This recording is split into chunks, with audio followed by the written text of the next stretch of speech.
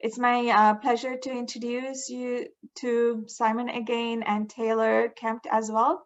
So Simeon, sorry, I always mispronounce your name. I apologize. Simeon is the privacy business lead at Alliance for Healthier Communities. After completing his Master's of Information with the Data Protection Focus program at University of Toronto, Simeon decided to specialize in the interesting field of privacy.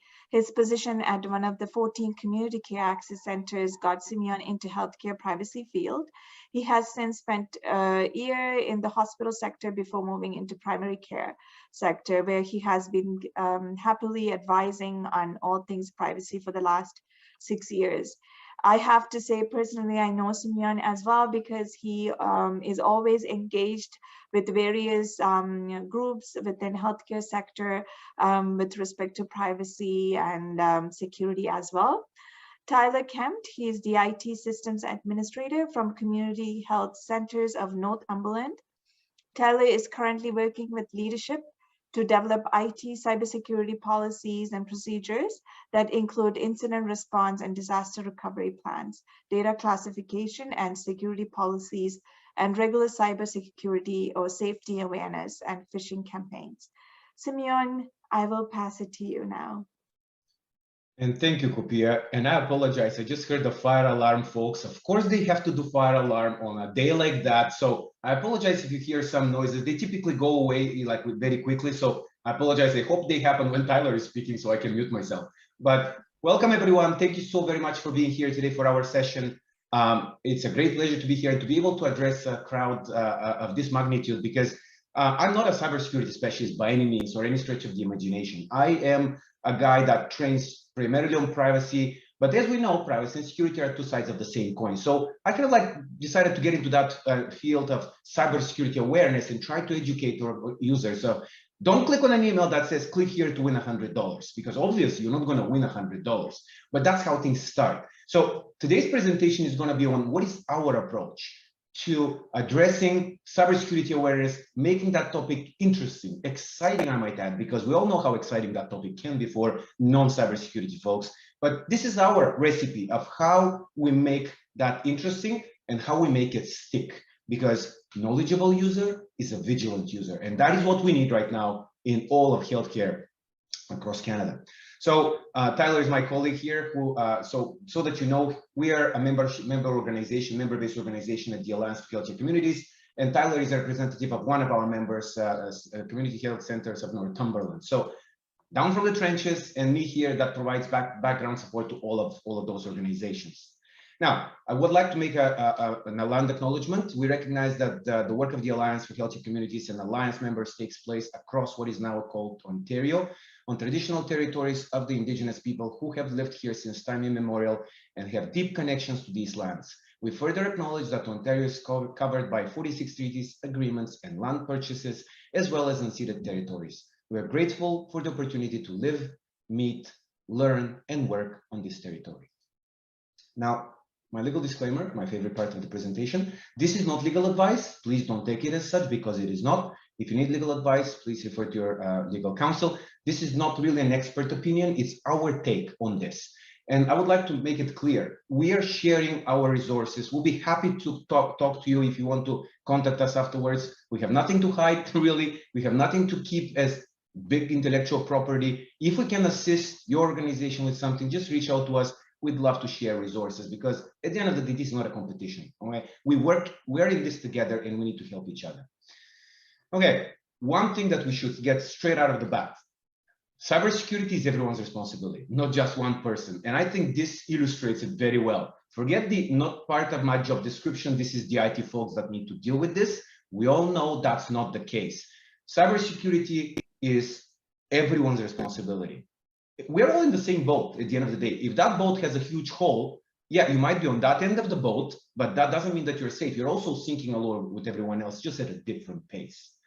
And now let's see how things actually apply. And Tyler here will tell you how things are down in the trenches, really.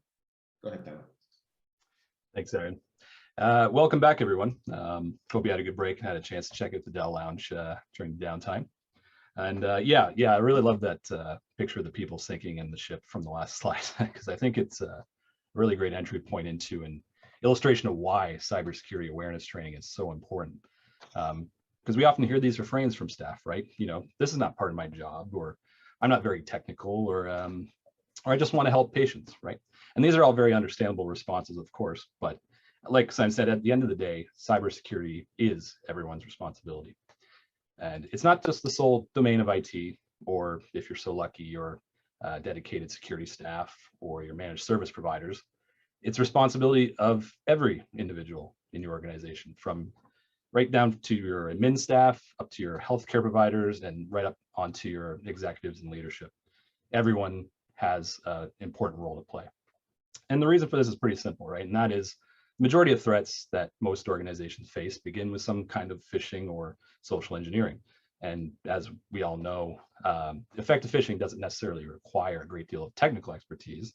It just requires that you play on people's emotions. So in other words, your relationship of trust with somebody that you know, or fear of retaliation or some sort of other negative consequence, or enticement with some kind of prize or reward. So because attackers at the end of the day, they not only rely on technology, but on psychology. So they prey on these basic human behaviors that we all have, and they're hacking the humans, so to speak. So that's why when we conduct user awareness training, whether it be Simeon with various member organizations who call on him for his services, or myself within my own organization, we put a lot of focus on the individual, because at the end of the day, individuals have a key role to play and a responsibility towards the security of your organization, but they are very often the weakest point in your defense.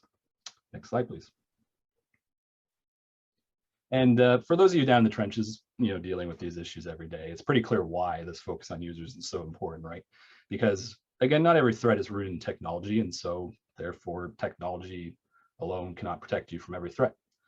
Now, of course, technology is an important piece of this whole defense in depth approach to cybersecurity, right? Your IDS, your endpoint protection, backups, and all that are very important, of course.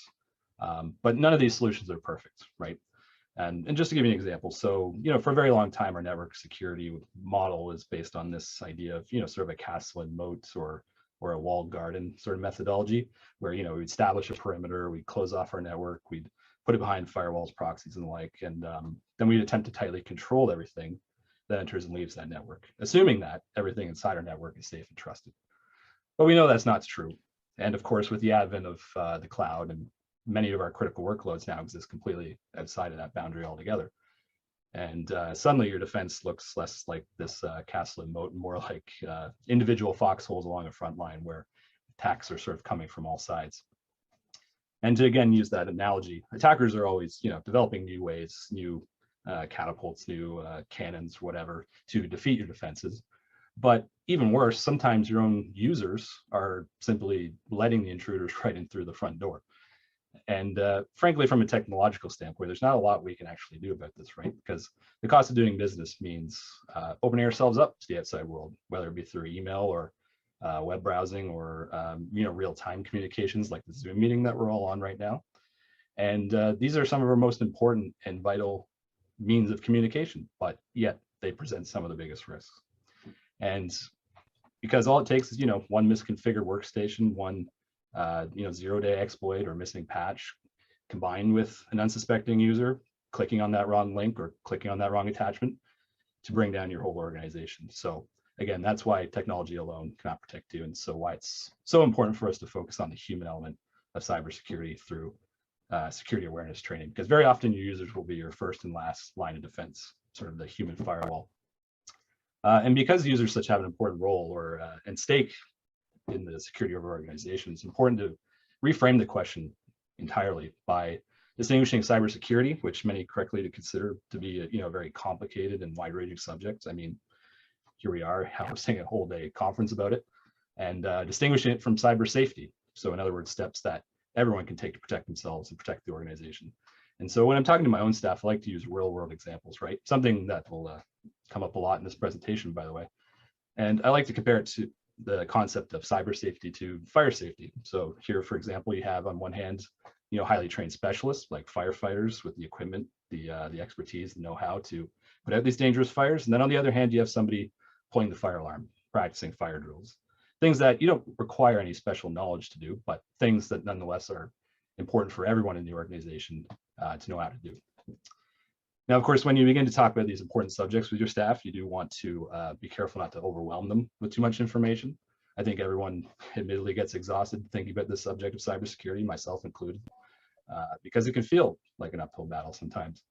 And in the back of your users' minds, they're asking themselves, okay, great, but what's in it for me, right? Why do I have to enter this big, long, complicated password? You know, why do I have to enter this two-factor number thingy? You know, this stuff just gets in the way. And I'm sure you've all heard these types of complaints before. And there's a term for it. It's called cyber fatigue. And I know we often throw this term cyber around too loosely, but it really is just fatigue.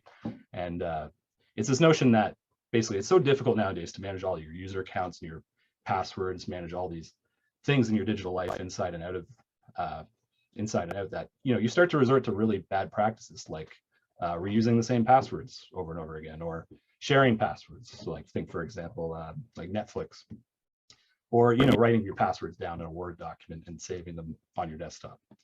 And we know, of course, these are terrible practices, but this is what people do when they feel overwhelmed, right? So you need to educate your users on the fundamentals. So things that will not only keep them secure, but will also make their lives easier. So like, for example, you know, how to spot phishing emails, how to create strong passphrases, not just passwords, but passphrases, or better yet, just using a password manager, eliminating all the guesswork and memorization altogether. And basically just doing things that you can set and forget. So for example, enabling automatic backups and updates, because these things will go a long way towards protecting your users, but they rarely have to think about them. And by the way, they're universally applicable at home and at work as well. So that's important, right? Because you need to demonstrate why these are good practices, not only to protect yourself, but to protect the organization, because ultimately there's no separation between your personal life and your work life nowadays when everything's connected together online.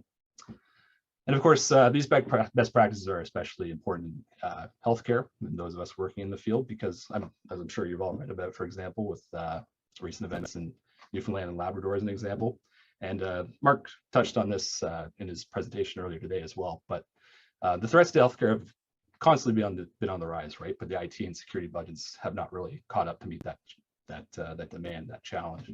Or worse, some cases, cyber threats aren't even really a priority, maybe within your organization, or taken as seriously as maybe they should be. And attackers recognize this, right? They recognize healthcare is a critical service. They recognize that our tolerance for downtime is very low. And because of the types of important care that we provide to people, ransomware is just that much more effective and lucrative for malicious actors. And of course, with COVID-19, this problem has only increased, right? Staff and resources are stretched thin. Users are overworked and tired, and there's a lot more remote work happening, right? Where many organizations have kind of rushed to fill this need with misconfigured, poorly secured software, or people are using their personal devices. And lastly, there's also this overlooked human element as well, right? There's a helpful nature of healthcare workers, right? And that makes them that much more susceptible to these types of social engineering that underpins many of these attacks. So again, why is cybersecurity awareness important in all this? Because again, regardless of the size of your organization or regardless of your budget, everyone faces these same challenges, right? And security awareness training, while it's relatively inexpensive to implement, it can really bolster your defenses, your human firewall for very little cost.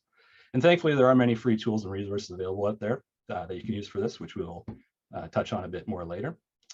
And with that, I'll pass it on to Simon, who can talk a bit more about how we do this training and how we make it more impactful for our end users.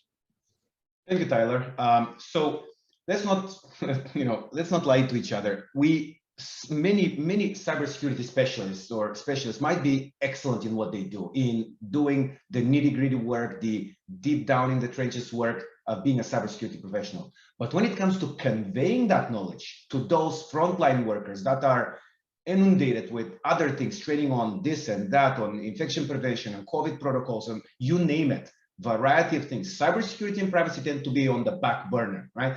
So in order for us to engage those employees, engage that staff that we're trying to address, that audience that we're trying to address, we need to go back to the basics. And the basics really is relationship of trust. That is the key concept that we need to address. We need to emphasize why they need to be paying attention, because the relationship of trust Without it, not much of healthcare, or at least not healthcare that we can actually say is working for what is doing what it's supposed to be doing, right? Being supportive and providing the best decision based on the information you have. So I often use that image because I think it's very important to illustrate the importance of those compliance individuals down here. I put privacy and security, supporting that relationship of trust, because they're often not seen. They're in the shadows, in the background. And the only time when you do see them is when there is a problem, when the infrastructure is exposed because things are not working the way they should be. You see a skull with two bones on your screen, boom, you remember there is an IT person, there is a privacy breach, you remember there's a privacy person. So that relationship of trust needs to be there, because trust can be lost in a matter of seconds, built for years and years and years, and ruined in a matter of seconds. And we play a critical role in this. And we need to demonstrate that to our people, that you educate of why they need to be paying attention, because at the end of the day, their actions can lead to the destruction of that relationship of trust. So this is a very important piece. Now, social engineering was mentioned a number of times throughout today's presentations, but you really need to illustrate that to your trainees, to your audience. What social engineering is, simply put, making someone do something that might or might not be in their best interest. That's the definition by social engineer Christopher Hadnagy, someone that is very good in this, worldwide expert on this. And I took that because it really resonates with me. Now, just illustrate how simple it is to your audience. Give them those relevant examples that they can relate to. Simple as putting on social media stuff like, did you know you can't comment your password? Or watch me, hold my beer. And you see people doing exactly that because you play on other factors, you play on emotion. And that's when you get people. Illustrating that to your audience can take you a very long way. And to address some of the questions that were put in the chat box, can you share some materials? We will share a lot of materials today with you, actually. And if you want more, reach out to us. We'll be happy to share what we have and what we can. Examples like those that resonate with them, examples from Canadian context, even from provincial context, like that city treasurer that was tricked into sending $100,000. Explaining stuff like that of what the process was and how easily that person was manipulated to send money, via that other part where company says choose worker who fell for phishing scam, and after recovering some money from insurance, they sued the employee because they clicked on something. Well, things like those can go a long way. And I have a video that I don't know, I got an emergency alert. Okay, I don't know whether anybody else got that, but my phone has been buzzing here. So there is 2 videos that we'd like to play. They're very brief, and I'm gonna pull the first one here. The videos go a very long way. If a picture says 1,000 words, a video can say 1,000,000. What do you think of when I say the word hacker? Some creepy dude in a basement? Is it working? Well, that's a misconception. What if I told you there's a class of hackers who don't just have social skills, they have more social intelligence than anyone you'll ever meet? David Kennedy is one of them. He's what's known as a social engineer, or a people hacker. His craft is to dupe you into doing things and sharing information you probably shouldn't. Can I just get your credit card number? Some use it for illegal activity. In David's case, companies pay him to find out if employees are leaving the company vulnerable. He and his team show us how it's done. Step 1, spoof his number so it looks like he's calling from inside the company, and then call tech support. Hello, you there? Hello? Hi, this is Ken. How may I help you? I was wondering if you can take a look at a website I'm trying to get to. It's for a big customer thing I'm working on for Monday, and I can't seem to get to the website from my computer. Sure. What's the website? I'll see if I can get to it. Thanks, man. I really appreciate the help. I mean, it could be a stupid thing. I'm really stuck with computers, but so it's www.survey. That's SURVEY -pro.com. Yeah, I got a prompt to open. I just clicked open, and I'm at the site now. Here's what the IT guy doesn't realize. By clicking that link, he's just given David full access to his computer. Whoa, okay, that's weird. I just hit it and it works. It seems like it's working fine now. Awesome. I don't know what you did, man, but I really appreciate the help. Hey, no problem. That was easy. That was it? We're on this computer right now. So why did I show that video? Because videos like those resonate deeply with your audience. I know that for you that video is probably like simple, why is he showing that? Because these little videos that are freely available on YouTube and whatnot, some of them you can use, others you might need for ask for permission, but most of them you can utilize in your training, and they go a very, very long way.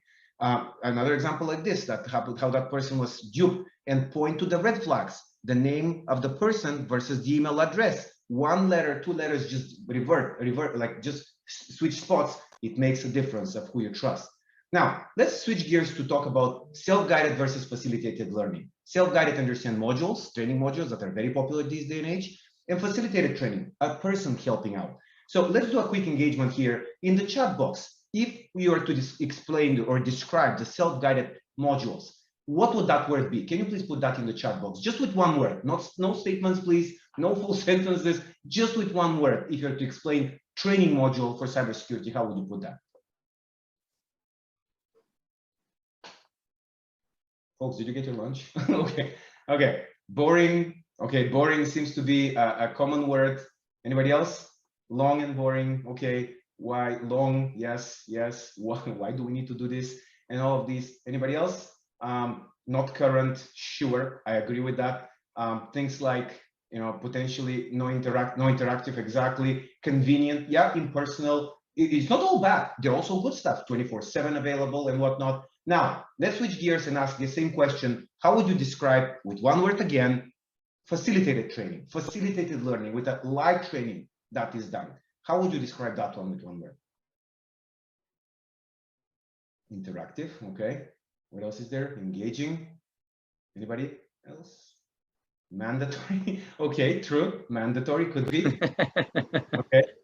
Opportunity to ask questions, exactly. Tailored, somebody might say. Customized, if you might. Expensive, not necessarily. Engaging, depending on the trainer. Yes, these are all relevant pieces. So let us show you what we do and what we found out. So and here are some tools that you can utilize. So we don't have two pennies to rub together, so we need to be creative. We don't have LMS. So we look for opportunities that are either no cost or low cost. So Camtasia, a tool that does the screen capturing, we utilize it to create a module. A robust module, not fancy, but it works both in English and French. 40 minutes, and guess what? It actually allows us to put quiz questions and quiz our audience using their portal that is free to use with that $200 license that you bought or lifetime. It's not like per year. So cheap, easy solution. We've done thousands of employees through this. Do people understand and like it? Now, over 90% have said that it helps them minimize the information, minimize the security risk to their organization. Let's look at a few of the keywords based on 1,700 plus evaluations on this. And you see words like informative, good refresher, helpful, presentation, rather impersonal, right? Let's compare that now to facilitated training. And here is based on about 1,000 responses to this. How knowledgeable did you feel before the session? Somewhat knowledgeable and knowledgeable, pretty much on the same ballpark, After the session, look at that increase in understanding. As I said earlier, knowledgeable user is a vigilant user. Let's see the word cloud here. Do you see the difference in the words? Engaging, interesting, enthusiastic, and passion. You can put those in a training module. No matter how much you try, this comes from the person, this comes from the facilitator, this comes from the fact that you actually can tailor and engage the audience and make it different and customize it. Because with modules, you have to go generic because you don't know what audience you're going to have on the other end. And I know what you're thinking, changes in training delivery. We used to do things in person, and then we had to switch to this via Zoom, like we're doing this now. And believe me, talking to blank tiles isn't helping. So one appeal I was about to say, if you feel like it, show your face. Let's make this a little bit more personal, because as a virtual educator, as a virtual presenter, it's very hard to perceive how your audience is getting you. If you're dozing off, I might need to crack a joke. If I feel that you're like, I'm not sure what you just said, I might repeat. It helps immensely as a virtual educator to do that. And I don't know how long we're going to go with this, but the fact is, there are always ways to engage your audience more. And there are ways to do that in Zoom, more polls, engagement questions, videos, images, whatever you call it. Now, let's talk a little bit about relevant examples. These are crucially important. You need to engage your audience with examples that they can relate to. Because if they're just some random examples, stuff that you found on Google Images from, 15 years ago, maybe they're not going to resonate as much as something that happened yesterday, or something that was in the news recently, or something that happened in your organization. Make them relevant to your audience. Tailor your content to your audience. As we say, know your audience, right? Variety is important. Use different media, video, images, this, that. It makes a difference. Break down examples and point out the red flags to those people. Show them what is it that they need to pay attention to. Because again, they're buried with all sorts of trainings on a variety of things. Make it interesting. Tell them why they need to pay attention. Also help you in your personal, in your personal life, in how you work with the technology in your personal life, because you likely use a computer, smartphone, tablet, smart thermostat, smart shoe soles, smart garage door opener, you name it, all prone to the things that you would learn how to utilize better. And Tyler can tell you about this quick example here of someone that tried to spearfish the organization. Tyler? Yeah, this was a real email we received. One of our users forwarded this to us via our spam reporting email address, and it was pretending to be from our executive director, and it was a great example to show our end users during training, because it has all the hallmarks of a typical phishing email. The impersonation, the urgency, get back to me as soon as you can, the fake email address, the warnings that it originated from outside the organization, and because this email was real. And because these are, real people that our staff know personally, this example was much more impactful with our staff. Thank you, Tyler. So delivery and humor. Okay, I realize I'm not that good in presenting, but I use the various resources out there. There are fantastic videos by a person called Julian Treasures. He has great videos on TEDx and whatnot that can help you be a better presenter, because not everybody can be a good presenter right off the bat. So you can learn, and it's necessary to make topics like as interesting and exciting as cybersecurity as privacy. You need to make them interesting. You need to make them appealing. You need to make them, fun almost. So engaging with humor, while used judiciously, if you do it right, you can actually go a very long way, because these are the two things that people remember from a training: relevant examples and jokes. Okay, the definitions disappear literally 5 seconds after you said it. That's it. End of story. The examples and jokes are what sticks. Use videos, use different ways of delivery. And I have this video of Ellen that we use a lot because we think it's very impactful. You know what? I'm going to play it because I think you will like it, and you can find it online. They're all available. Last night I was flipping around through the channels and I saw this. I really love infomercials. I don't know if you love them as much as I do, but I found one. It's a new product that I want to share with you. And, if you have a hard time remembering your online passwords, a lot of people have a lot of different passwords. This is going to solve your problems. Online passwords, there's just too many. And who can remember all those tricky combinations? So you stick them on your monitor or you hide them in a drawer. But not anymore. Introducing Password Minder, the personal logbook that takes the hassle out of passwords. Forget about sticky notes or scraps of paper, because Password Minder has been specifically designed to organize and safely store passwords. You'll find them in an instant and never lose a password again, guaranteed. Need to make a password? Just add it to your Password Minder. The alphabetical listing organizes all your usernames and passwords for instant recall and easy reference. I don't have to worry anymore about security or identity theft. I now have all my passwords in one place. It's great. If you have passwords, you need Password Minder. So call now and get your very own Password Minder book for just $10. That's real. That's real. Wait, you're telling me I can keep all my passwords in one place? In this right here, and it's only $10? For half the price, you could write all your passwords on a $5 bill. This is insane. Does this seem safe to keep all your passwords in one place? In a place that's labeled Internet Password Minder? I don't think they thought this through fully. I mean, what if someone gets their hands on your Password Minder? So I came up with this. It is Ellen's Internet Password Minder Protector, and what you do, you put it in here, you close it, and then it has a built-in combination lock right there, you see on the side. And I know you're thinking, Ellen, what if I forget my combination? Well, if you order now, I will include this. You can put it in there. It's the Password Minder Protector Minder. It's the one place to keep your Password Minder Protector combination. And I have one more special offer. If you don't feel like writing down your passwords, send them to me. And for $10, I'll write them down for you. Don't worry about sending me your credit card information. I'll figure it out. So approaching this from the humorous side, regardless of how serious the topic is, will take you a very long way than using fear. And thank you to whoever made that comment there. Fear is not going to work very well. Humor and jokes and examples and understanding will take you a very long way. Okay. So here is Tyler, if you want to touch on this briefly. Absolutely. Yeah, thanks, Simon, for sharing that. Humor is definitely a great tool. And another great tool that we love to use is actually teaching by example, right? So through live exercises. And I always come back to this quote, which reads, "Good decisions come from experience, but experience comes from bad decisions." So in other words, it's better for your users to learn the lesson of opening that bad link or that bad attachment in a simulated exercise rather than in the real world when it's far too late, right? So we're taking the lessons that we teach throughout the training and putting people to the test to prove that they've actually, learned what we've been teaching them. And it's not intended as a gotcha exercise. It's not intended to make people feel bad or inferior somehow.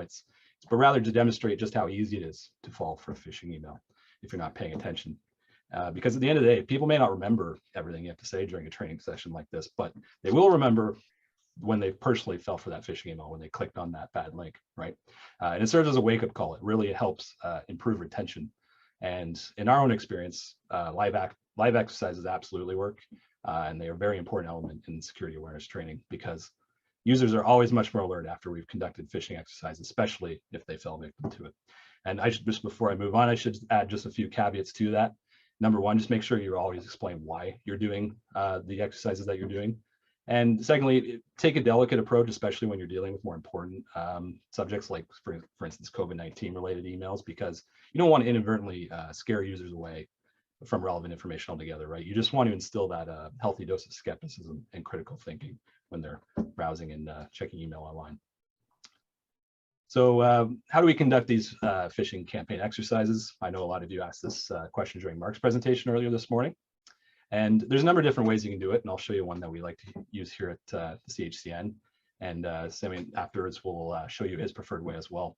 So one great tool that we like to use, it's an open source piece of software known as GoFish. And this application allows you to target your entire organization, or if you prefer, just specific groups of users with customized phishing emails. So it has this great WYSIWYG editor that lets you import authentic emails that you might normally receive. Let's say, for example, from Office 365, and you can replace these links embedded within the email with ones of your choosing. And better still, you can even actually craft landing pages as well. So, so you can easily duplicate a real-world login page, then host a decoy version of that page with GoFish, so that when your users click on those phishing links, they're actually taken to a very convincing fake login page basically that you've created, and you can test whether or not they actually enter their credentials into these fake pages. And then finally, you can track all that information, all that behavior through a decentralized dashboard throughout the course of your phishing campaigns. And you can actually see who opened the email, who clicked on the links, who supplied their credentials, and better yet, who actually reported the emails if you happen to have a central reporting tool. And then you can later compare those results with past campaigns to see if your users have hopefully improved.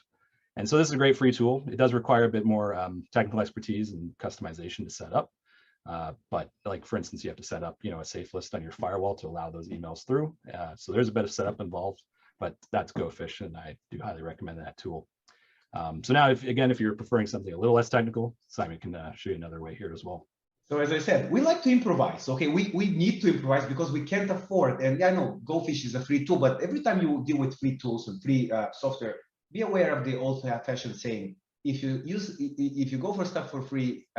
Using stuff for free means that you are the product of that. If a product is for free, you and your information become part of the product. So you want to be cognizant of that. And what we utilized is a tool that we had available, Constant Contact, email marketing tool. Now we repurposed it slightly, but it doesn't require any technical knowledge. You draft an email that looks like a phishing, like a legitimate email. You find from LinkedIn who that email would go from, and you just send it. It does tell you who is clicking on it, at what time. And phishing works just as well with a tool that you just slightly repurpose. Is it in the terms and conditions to use it for phishing purposes? I've told them numerous times that I use it for that purpose. They haven't shut us down. So I guess for the greater good, it's good to use. And always point out the red flags to your audience. Don't take the punitive approach. That's not going to work. Don't embarrass employees. Oh, you clicked on this. No, always use that learning momentum. Like, use it for the benefit, because people, as Tyler has said, people will remember that they clicked on this. And then use again humor. If somebody clicked on, right? Don't punish them. Something simple like that, right? And celebrate successes. I cannot stress the importance of that. Nobody clicks at the next phishing campaign. Make a big fuss out of that. Let's not be focusing all on the negative. Let's focus on the positive as well. Somebody brought attention. Hey, phishing email. Everybody, watch out. Praise that person that they actually stated something and did something about it. And repeat those exercises regularly. They help immensely. Now, we do phishing campaigns of all of our members. Some of them we fished more than 5 times. Look at the amount of, these are all from 2021 and some from 2020, total number of users, number of clicks. Look at the staggering numbers here. This is not a good sign, right? I know, like the email that I showed you per couples, everyone likes deals, but make it tempting and see just how deep the rabbit hole is. And look at the sheer magnitude of people that click. Is it getting better? Eventually it will be. Is it going to get worse afterwards? Potentially it can be. As Mark said this morning, there'll be like up and downs, right? Roller coaster approach, but train, and people will remember. And consistency is the key here. Consistent education is key. Users are the weakest link, but also the last line of defense. Now, I borrowed this slide from Christopher Hadnagy because I consider it very important.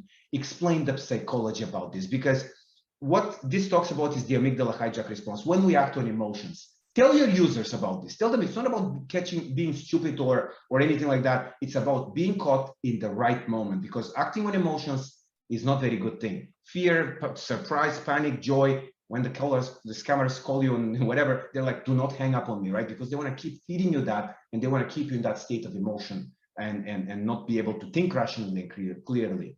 And here is where I will admit in front of all of you that I myself, the guy that fishes and loves doing that and trains, I was fished myself. And that happened when I was waiting for this, commissioner address this year on LinkedIn. I'm waiting for the link to show up, and nothing happens for the 4 minutes after it started.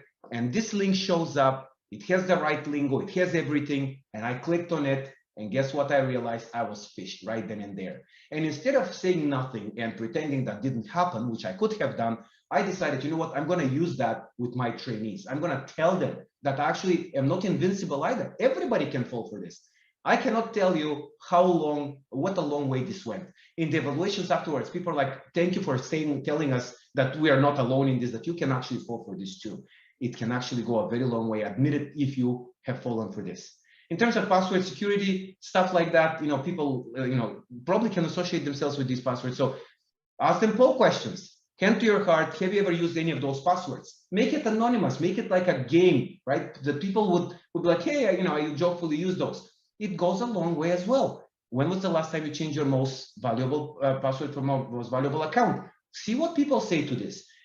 Adding humor, relevant examples, engagement goes a very long way. And Tyler will tell you some of the important materials that we add that supplement all of that, because people like to take away something at the end of the day. Yeah. So just quickly, again, one other thing you can provide your users with is takeaway materials, right? So after you've completed your user awareness training, it can be helpful to provide some, quick reference guides that users can refer back to. So, for example, how to spot a phishing email, how to secure your home network, steps to take, securing your virtual visits with clients, for example. And these can really come in handy, right? Especially when you go to conduct your live exercises later, because your users can hopefully refer back to these materials then as well. And there's plenty of great materials out there, but one very good resource that we've used is this Government of Canada's Get Cyber Safe website, which includes a number of great infographics, and we've used those as part of our October, Cybersecurity Awareness Month newsletter to staff, for instance. But you could easily print and post these around the office as well. And as well, there's great resources from the IPC, the Information and Privacy Commissioner of Ontario, as well as other provincial authorities. So, for instance, we refer a lot to the Cyber Security Ontario. I believe it's the Ontario Ministry of Government and Consumer Services, if I'm not mistaken. They're another really great resource as well. So, lessons learned, just to recap. So first and foremost, know your audience, right? You're speaking to healthcare providers, so tailor your lessons accordingly. Speak their language, speak their lived experience, but more importantly, speak in plain language, right? When presenting these important topics, so like for example, the comparison between firefighters and fire alarms when defining cyber safety, for instance. And on that note, use different mediums to express your message. So, like Simon said, a picture can say 1,000 words, a video can say 1,000,000, right? And don't forget to add things that will actually engage your audience, like the learning modules and quizzes and interactive polls, things that we've done here with you today. or even like a role playing or tabletop exercise, like the kind that Kapia led us through earlier today. That can be very helpful as well. So be creative, and use that creativity to mix in a bit of humor as well, right? But of course, use caution. Like we said, if you got to know your audience, and you also have to know your own communication style as well, right? Humor can make an important lesson very memorable, excuse me, but it can also fall flat, right? Or worse, it can unintentionally offend, and then your message is lost. So you do have to be sure to use that wisely. And lastly, use real world examples and live exercises and practice often, because again, it will be much more impactful for your staff to see these threats for themselves and to respond to them firsthand. And so with that, I'll leave it over to Simon to close us out. Thank you, Tyler. So overall, leave it as an open door. Anybody, if you experience anything, regardless of how minute you think it looks, let us know. Maybe we can stop it right in its tracks, rather than people being afraid to come and report because they'll be like, there'll be ramifications, repercussions. Have this open door policy, if you may. Like have it, like let people know that they're not going to be punished if they come and report something. They better report at the time it happens rather than 5 days later when it's too late, right? And ultimately, tell them at the end of the day, if something happens with the compliance folks, we'll have to stay and spend God knows how many hours trying to rectify the issue. And to try to get them to feel compassionate about everybody else that works in the background and is not seen by the audience while there is, and also to report email, not just delete them. And why am I showing the antelopes here running from a predator? You don't need to be faster than the predator. You just need to be faster than the rest of the prey. That's the key message here that we're trying to teach people. Just make yourself a little less hackable, right? We want to be in that golden middle at the end of the day. That's all we're trying to teach people with that cyber safety piece, right? Not to be a cybersecurity professional, but just to be a little less hackable, somewhere in that golden middle. As per the old Latin saying, fortuna eruditis favet, fortune favors the prepared mind. So think about that. Let people be a little bit more aware. Again, knowledgeable user is a vigilant user. And that really concludes our presentation today. We'll be happy to tackle any questions that come in for the remaining 10 minutes or whatnot, but reach out to us. We will be happy to support others. We also outsource our so-called training at a very, very, very, very, very reasonable price. It's not like we do it for profit. We're non-profit. Anything that we make at the Alliance, we throw back at our member organizations for their benefit. So with that, I'll conclude our presentation. Thank you, everyone. Any questions that might have come in, that might be in the chat box? Feel free to. Thank you, Simon. That was very engaging and a very interesting presentation. While we're waiting on question, I have something for you. Is there any theme with respect to drafting phishing campaigns that you see most clicks on? The one that we showed you with the Percopolis benefits, oh my goodness, that's our bestseller. Everybody likes deals. Okay, everybody wants to see what part of employee perks they get there. Another one, I don't know, vaccination policy mandate that is very current. Everybody's putting those in place. Privacy policy has changed. Everybody needs to be aware of it. Use those. Like, make it believable. Don't make the ones with the you just receive fax, go and click it. That might generate some clicks as well, but it depends on really how much you are aiming to show. How much, like, what is it that your purpose ultimately, right? Use different methods, use different themes as well. Yeah, in our organization as well. Sorry, I was just going to add that we've also used things like CPSO and CNO, the colleges that doctors and nurses report to, as a very plausible phishing template, and as well things that are internal to our organization, like our timesheet software as well. Things that they're used to seeing every day, right? That they may not question, are good templates to use for your phishing campaigns as well. Yeah, we use those as well in our organization, in my experience. But our most clicked ones are usually Raptors ticket raffle or like a summer event giveaway. Oh my goodness. So we always yes, we have fun with it as well, but that helps for sure. I think I have scared my staff enough that they try not to click on it, or they kind of, report right away. But I'm going to take your tip. And in December, going to try something humorous for sure with the team, or with the whole staff members. Looking back here. And meanwhile, let me just say something. So it happens that if people are tired of modules and you give them the same module every year and they're bored and tired, they don't want to do this and they just procrastinate with other stuff and are not really paying attention.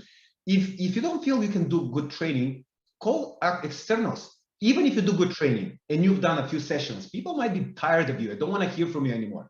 Bring in external people like the folks from Hierarch as well. If you have, if you're a Hierarch subscriber, that a new person coming in and bringing expertise and talking about things to people, that actually adds a different component, gives it a different twist. It's not the same boring, Simon or Tyler giving us these things, because I can tell you in our organization, that's exactly the case. People don't want to hear from us because we've done this so much. It's necessary to do it, but variety is key, and it helps immensely. Yeah, there's just a comment here. Clicking on link is the main root cause of, just like we're not using humor. 30% clicked the back to work policy. Any special training considerations for high values, peer phishing target? Any sort of recommendations around that? Yeah, absolutely. Peer phishing. Yeah, like I mentioned with GoFish, you can target specific groups of users. So we've also targeted, our executive folks, and we've also targeted our financial folks, for instance, with QuickBook type notifications and the like. So absolutely, be creative and like I mentioned, the CPSO and CNO emails directed at our doctors and nurse practitioners. Absolutely, target your phishing campaigns, as it'll be that much more effective. Yep. And I see another question that came in. How often does organization train their end users, monthly, yearly? Let's put it this way. One session, 1 hour for the year is not enough. You can put the check mark in box, that's for sure, but it's not gonna be sufficient. Supplemented with newsletters. Like we have a newsletter of 1 page, half of it is privacy, the other one is cybersecurity. Like little things like those, keep that momentum alive, keep people engaged and interested. And the next staff meeting, have 5 minutes to discuss something, throw things at people. Cybersecurity Awareness Month, October, send something more, make it interesting. Gamification is very important in this regard, and keeping people up to speed on things so that they remember, and that helps immensely. Another question, how often, is your recommendation to do compliance or risk-based training?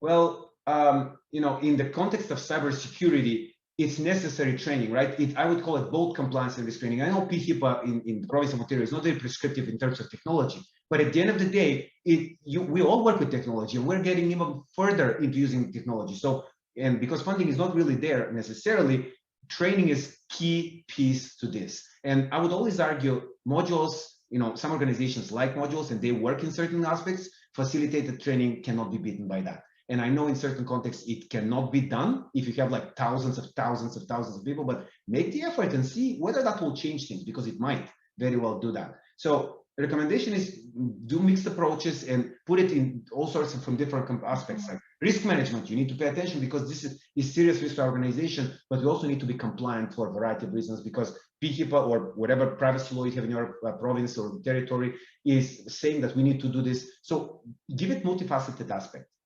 And codified policy as well. Yeah, I agree with clinical staff. There's definitely that mindset of compliance with their professional practice as well. If you can tie it to that compliance, that would be great as well. I have 2 minutes. So there's another question. How often do you recommend conducting security? I think we kind of talked about that.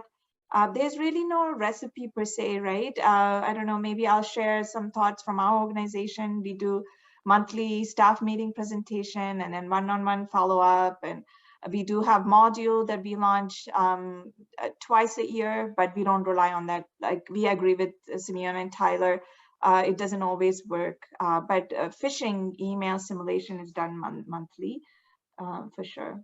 And then one thing that I would conclude with is, there's always this question of what's in it for me, right?